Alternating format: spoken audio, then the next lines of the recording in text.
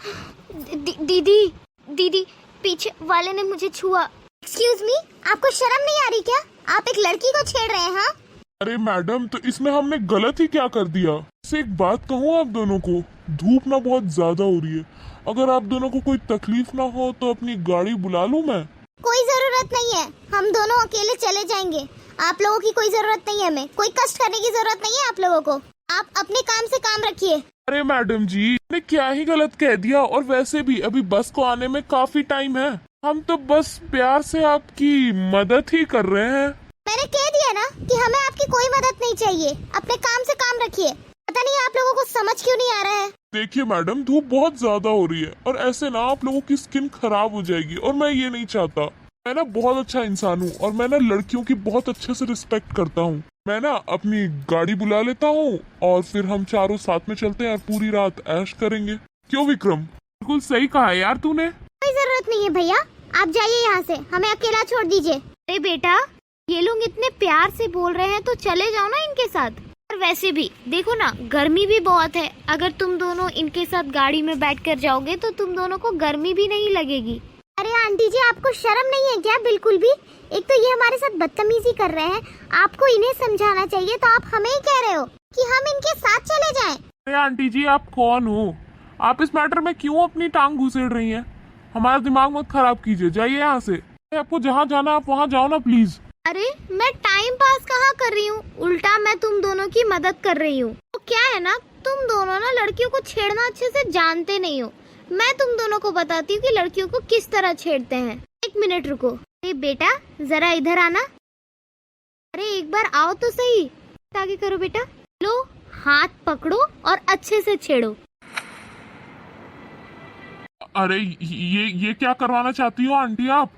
ये क्या करवाना चाह रही हैं आप? चलता हुआ रोड है, पब्लिक इकट्ठा हो जाएगी। विक्रम, मुझे तो लगता है ना कि ये औरत जरूर ड्रामा करेगी। एक काम करते हैं, निकल चलते हैं इधर से। हाँ। कहाँ भाग रहा है? मेरा दोस्त तो भाग गया, पर तू आ गया है मेरे लपेटे में। क्या कर रहा था तू? एक लड़की को छेड़ रहा था।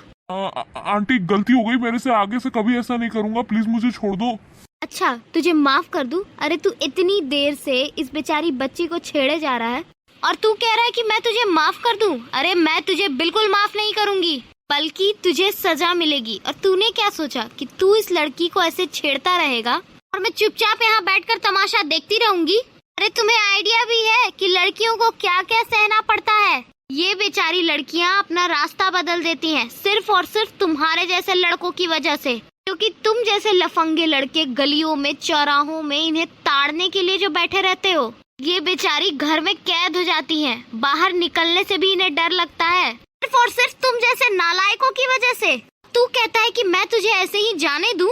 बिल्कुल नहीं, आज तो मैं तुम्हें सजा दिलवा कर ही रहूंगी। सुनो बेटा, इधर आओ, थप्पड़ लगाओ इसे। मैं नहीं मार सकती, ये तुझे इतनी देर से छेड़ रहा है और तू कह रही है कि तू इसे थप्पड़ नहीं मार सकती? मार बेटा। कविता, मारो। मैं हूँ ना बेटा, तुझे डरने की जरूरत नहीं है, मार थप्पड़।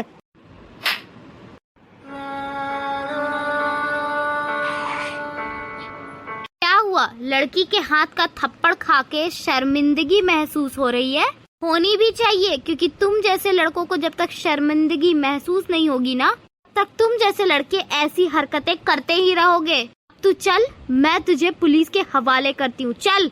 आंटी प्लीज मेरी बात सुनो, मुझसे इस बार गलती हो गई। अगर मेरे माँ बाप को पता चला तो उनकी बहुत ज्यादा बेइज्जती होगी। मैं आपसे माफी मांगता हूँ और आपसे विनती करता हूँ, मैं आगे से कभी किसी भी लड़की के साथ ऐसा कुछ नहीं करूंगा, किसी भी लड़की को नहीं छेड़ूंगा, सबको माँ और बहन की नजर से देखूंगा। प्लीज प्लीज मुझे इस बार माफ कर दो।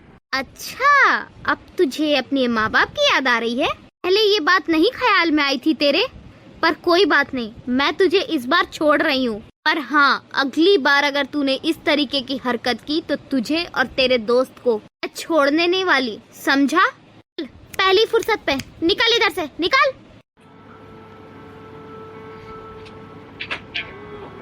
Aunty, thank you so much. Please मुझे माफ कर दीजिएगा, मैंने शुरुआत में आपको गलत समझा। आप तो हमारी मदद कर रहे थे और मैंने आपको इतना उल्टा सीधा कह दिया। I am really sorry. कोई बात नहीं बेटा, मैंने तुम्हारी मदद बस इसलिए की क्योंकि आजकल का टाइम ना बहुत खराब है, यहाँ कोई किसी की मदद नहीं करता।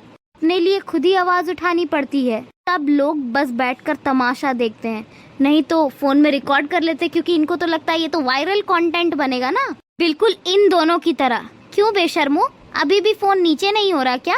डिलीट कर इसे, समझा? तो बस आज के बाद किसी से डरने की जरूरत नहीं है, बस डट कर सामना करो। जी आंटी जी, और मैं अपनी बहन को भी यही सिखाऊंगी। इट्स ओके बेटा।